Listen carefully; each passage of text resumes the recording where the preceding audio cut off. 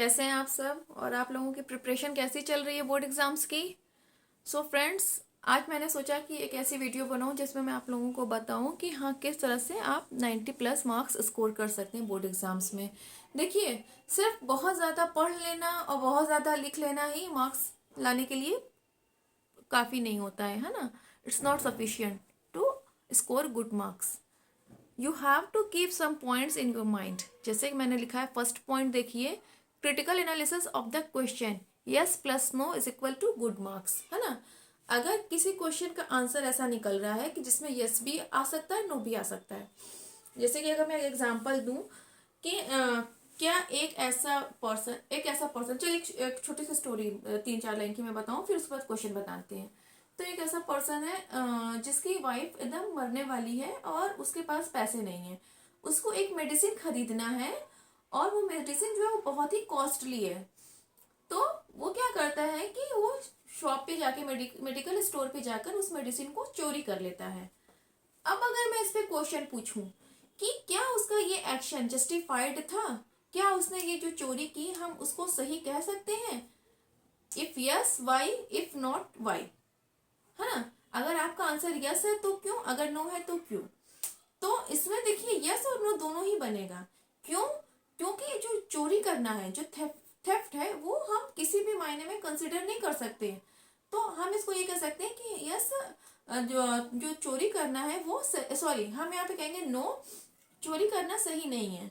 फिर हम कहेंगे कि yes, he can be justified for his actions because he don't have any choice, he didn't have any choice to save his wife, है ना। उसके पास अपनी वाइफ को बचाने के लिए और कोई भी ऑप्शन नहीं था, कोई और रास्ता नहीं था। तो हम इस वे में उसके एक्शन को जस्टिफाइड कर सकते हैं। तो जब इस तरह से आप यस और नो दोनों का आंसर लेते हुए अपने क्वेश्चन का आंसर लिखते हो, है ना, तो वो बहुत ही बेस्ट एनालिसिस माना जाता है। क्रिटिकल एनालिसिस उसका बहुत ही बेस्ट माना जाता है। और सपोज दैट कि मैं एग्जामिनर हूँ और मुझे कॉपी चेक करनी है, ठीक है, और मेरे माइंड में ये है कि इस क्वेश्चन का आंसर यस होना चाहिए और आपने नो लिख रखा है ना। तो मुझे क्या लगेगा कि नहीं नहीं, बच्चे ने सही आंसर नहीं लिखा है, फिर भी मैं आपके लिखने हुए पे, आपके थिंकिंग पे 2 पॉइंट दे दूंगी, 2 मार्क्स दे दूंगी, ठीक है, अगर 5 मार्क्स का है। क्लियर? और अगर आपने यस लिखा है और मेरे माइंड में आंसर है नो, तब भी वही बात होगी। लेकिन अगर आपने दोनों को डील किया, यस प्लस नो, तो मुझे ये लगेगा कि हाँ, बच्चे ने इस क्वेश्चन को बहुत ही क्रिटिकली एनालिसिस किया है इसका, और इसको फिर मैं 5 आउट ऑफ 5 दूंगी, है ना। तो ये होता है किसी क्वेश्चन को किस तरह से आप डील करते हो। और जब यस और नो दोनों एस्पेक्ट्स को आप डील करोगे तो आपका पैराग्राफ जो होगा वो चेंज होकर होना चाहिए, है ना, एक ही उसमें मत लिख देना। ये चीज बहुत इंपॉर्टेंट होती है कि हमें कब फुल स्टॉप लगाना है, कब हमें पैराग्राफ को चेंज करना है, कहाँ पे हमें प्रॉपर नाउन का यूज किया तो कैपिटलाइज होना चाहिए। अब जैसे मैंने देखा था कि कुछ बच्चे जो हैं, प्रोनाउन होता है ना, ये आई, आई यानी कि मैं, इसको बच्चे ऐसे ना लिखकर ऐसे लिखते हैं, यानी कि स्मॉल में। तो ये क्या होता है, ये रॉन्ग है ना, ये रॉन्ग है। हम आई को ऐसे लिखेंगे, ना कि ऐसे, ठीक है, ये रॉन्ग है, ये सही है। तो जो छोटी छोटी जो मिस्टेक्स होती है ना, उससे क्या होता है कि आपके मार्क्स पे बहुत इफेक्ट पड़ता है। तो प्रोनाउन का यूज, ग्रामर का यूज बहुत ही केयरफुल होकर करना है ना। चलिए अब बात करते हैं नेक्स्ट, मैंने पॉइंट जो लिखा है। तो if the question has 2 or more parts, then do the question in paragraph so that examiner will give you good marks, है ना। अगर क्वेश्चन में 2 या 3 पार्ट्स हैं, होता है ना कि एक ही क्वेश्चन में 2-3 क्वेश्चन पूछे होते हैं, तो उसको कैसे करना है, आप पहले क्वेश्चन का फर्स्ट पार्ट करो एक पैसेज में, सॉरी एक पैराग्राफ में, फिर सेकंड पैराग्राफ में दूसरा पार्ट और थर्ड पैराग्राफ में तीसरा पार्ट। हाँ, अगर कहीं भी क्वेश्चन इस तरह का है कि आपको 2 क्वेश्चंस को एक ही पैराग्राफ में लिखना है, तो वहां एक ही पैराग्राफ लिखना है, फिर वहां पे जबरदस्ती का पैराग्राफ चेंज मत करना, है ना। इससे भी आपके मार्क्स पे इफेक्ट पड़ता है। और ट्राई करना कि ज्यादा काट पीट नहीं करो अपनी कॉपी में, है ना। फिर थर्ड देखिए, जो सबसे ज्यादा गलतियां जो बच्चे करते हैं ना, लेटर एप्लीकेशन लिखने में। जब आपको फॉर्मल लेटर या एप्लीकेशन लिखना हो तो उसको पूरी तरह से फॉर्मल वे में और पोलाइट वे में होना चाहिए। देखो, मैंने कुछ पोलाइट वर्ड्स बताए, जैसे कि could you please, could you, can you नहीं, मे यू नहीं, कुड यू, है ना। कुड यू मतलब क्या आप प्लीज ऐसा कर सकते हैं। फिर I will be grateful to you, मतलब मैं आपका शुक्रगुजार रहूंगा, थैंकफुल रहूंगा आपके लिए, है ना। और it will be my pleasure honour to speak या मीट यू, मतलब अगर मैं किसी को मिलने के लिए कह रहा हूँ या मुझे किसी से कोई बात कहनी है तो उसको हम कैसे कहेंगे, उसको कहेंगे कि आपसे मिलना, आपसे बात करना मेरे लिए एक प्लेजर, एक ऑनर होगा। तो इस तरह के जब आप वर्ड्स यूज करोगे तो एग्जामिनर को क्या लगेगा कि बच्चे ने बहुत ही अच्छे से लेटर को तैयार किया या एप्लीकेशन को तैयार किया है ना। फिर जो सबसे बड़ी इंपॉर्टेंट चीज होती है उसमें होता है कि सब्जेक्ट का जो लेटर होता है कि आप किस लिए लेटर लिख रहे हो, उसमें एकदम टू द पॉइंट कुछ वर्ड्स में लिखना होता है। और ऐसा मत लिखिएगा कि right a letter to them, them नहीं, ये लिखना ही नहीं है उसमें। आपको बस ये लिखना है, अपना सब्जेक्ट बताना है कि to replace my this equipment, है ना। अगर आपने कोई इक्विपमेंट लिया और उसको रिप्लेस करने के लिए आप किसी कंपनी के हेड को लेटर लिख रहे हो तो उसमें बस ये लिखोगे टू रिप्लेस दिस इक्विपमेंट, है ना, बस इतना। कुछ फालतू नहीं लिखना है उसमें, देम नहीं लिखना है, फालतू का प्रोनाउन नहीं यूज करना है, अदरवाइज वो सब्जेक्ट गलत हो जाता है ना। और इसके साथ साथ जो इन्फॉर्मेशन दी हुई है कि आपकी आइडेंटिटी क्या होनी चाहिए, यानी कि आपका अगर कोई नेम, जीरो नेम दिया हुआ है कि आप राहुल हो, रजनी हो, राघव हो, जो भी हो, और आपका ये एड्रेस है, तो वही आइडेंटिटी ही, वही इंफॉर्मेशन ही आप लेटर में लिखोगे। अपनी ट्रू आइडेंटिटी कभी भी मत लिखना उसमें, है ना। और अगर आपको वहां पे कोई इंफॉर्मेशन नहीं दी है तो वो सब एक्स एक्स कर देना, ठीक है। फिर जो रिसीवर है यानी कि जिसको आप लेटर लिख रहे हो उसको पूरे रिस्पेक्ट के साथ एड्रेस करोगे, सर या मैम कहकर, है ना। अगर आपको क्लियर नहीं है कि वो मेल है या फीमेल है तो आप सर और मैम दोनों ऑब्लिक करके ऐसे लिख सकते हो, ठीक है। उसको पूरी रिस्पेक्ट देते हुए could you please do me a favour, इस तरह के वर्ड्स को जो ज्यादा से ज्यादा पोलाइटनेस आपके लेटर में दिखनी चाहिए, है ना। फिर देखिए अगर जो एमसीक्यू वाले क्वेश्चंस होते हैं तो उसमें बच्चे क्या करते हैं कि सिर्फ और सिर्फ ऑप्शन, जैसे कि ABCD है ना, जैसे अगर ये होता है कि हाँ फर्स्ट में ये दिया हुआ है, A दिया है, B दिया है, C दिया है, D दिया है, तो बच्चे क्या करते हैं कि बस ये ऑप्शन लिखकर छोड़ देते हैं। इसमें जो ऑप्शन लिखा होगा, जैसे मान लीजिए एप्पल, फ्रूट, मैंगो,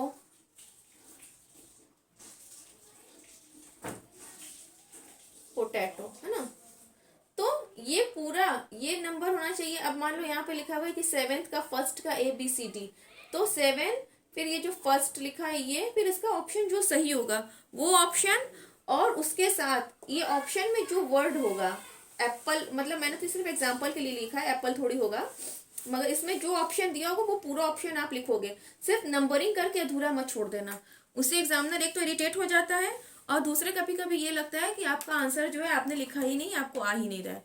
और एक चीज और, मल्टीपल ऑप्शंस मत देना, सिर्फ और सिर्फ आपके अकॉर्डिंग जो ऑप्शन सही लगे वही एक ऑप्शन देना। ये वाला दिमाग मत लगाना वहां पर कि हाँ अगर हम 2-3 ऑप्शन दे देंगे तो जो सा सही होगा एग्जामिनर उसको टिक करके मार्क दे देगा, उस पर आपको निगेटिव मार्किंग भी कर सकता है अगर एग्जामिनर को गुस्सा आ गया। इसलिए आप सिर्फ और सिर्फ जो आपके अकॉर्डिंग सही ऑप्शन होगा उसी को लिखना, है ना। इसमें बहुत ही केयरफुल रहना मल्टीपल वाले क्वेश्चंस में, क्योंकि इसमें सीधे सीधे एक नंबर मिल भी सकता है और माइनस भी हो सकता है ना। और एक चीज जो सबसे ज्यादा इंपॉर्टेंट है, क्वेश्चंस को कभी भी आंसर शीट पे मत लिखना। एग्जामिनर्स जो होते हैं ना वो इडियट्स नहीं होते हैं कि हाँ आप कुछ भी लिख दोगे उस पर मार्क्स मिल जाएंगे। कुछ बच्चों को ये लगता है कि हम इस तरह से अगर आंसर शीट को फिल कर देंगे, भर देंगे तो हमें मार्क्स मिल जाएंगे। बिल्कुल भी मत करना ये काम। और जो राइटिंग में जो पैसेज दिया होता है ना, कुछ बच्चों ने क्या किया था कि उस पैसेज को ही पूरा पूरा लिख दिया था। ऐसा काम बिल्कुल भी मत करना। पैसेज में से जो क्वेश्चन पूछा गया है बस उसका आंसर आपको लिखना रहेगा, पूरा पैसेज वहां पे कॉपी करने की कोई जरूरत नहीं है, नहीं तो उस पर भी आपके मार्क्स कट सकते हैं, है ना। फिर देखिए मैंने जो लास्ट ऑप्शन और सबसे मेन ऑप्शन लिखा है कि अपनी आंसर शीट को अट्रैक्टिव, नीट और क्लीन बनाने की कोशिश कीजिएगा।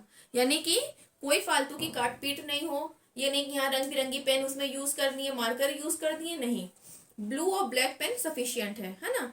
और उसके साथ साथ जैसा कि मैंने कहा, अगर आपको कोई आंसर नहीं आ रहा है, कहीं पे कोई डाउट है, कोई कंफ्यूजन है, तो उसको छोड़ दीजिएगा, उसको बाद में करिएगा। लेकिन ना तो अपनी आंसर शीट को बीच में ब्लैंक छोड़िएगा कहीं पर, और ना ही कुछ काट पीट करके उसको गंदा कीजिएगा।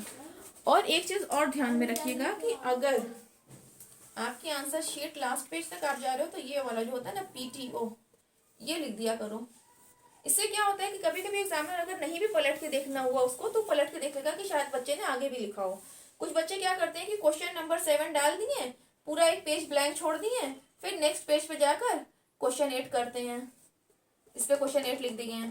तो एग्जामिनर क्या करेगा, उसको पता ही नहीं रहेगा, वो सोचेगा कि बस क्वेश्चन नंबर यहीं पे खत्म है, वहीं पे वो अपनी साइन करके आपको मार्क्स दे देगा, वो क्वेश्चन नंबर 8 देखेगा ही नहीं।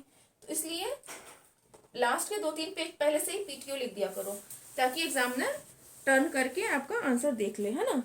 और फालतू में आंसर शीट भरना, ज्यादा जगह ले लेके भरना, ये सब काम एकदम नहीं करना। 2 वर्ड्स के बीच में प्रॉपर गैपिंग होनी चाहिए। जैसे कि देखिए मैंने यहाँ पे लिखा है ना, how to score, how to score, इसके बीच में देखो प्रॉपर गैपिंग है ना। फिर वो इस बोर्ड में पे लिखने में कभी कभी होता है कि आसपास ऊपर नीचे हो जाता है, तो यहाँ पे मेरी राइटिंग में मत जाइएगा। लेकिन देखिए अगर मैं लिखूं द वेदर इज कोल्ड, मतलब मौसम कैसा है, ठंडा है ना। द वेदर इज कोल्ड, तो देखो मैंने प्रॉपर गैपिंग दी है ना।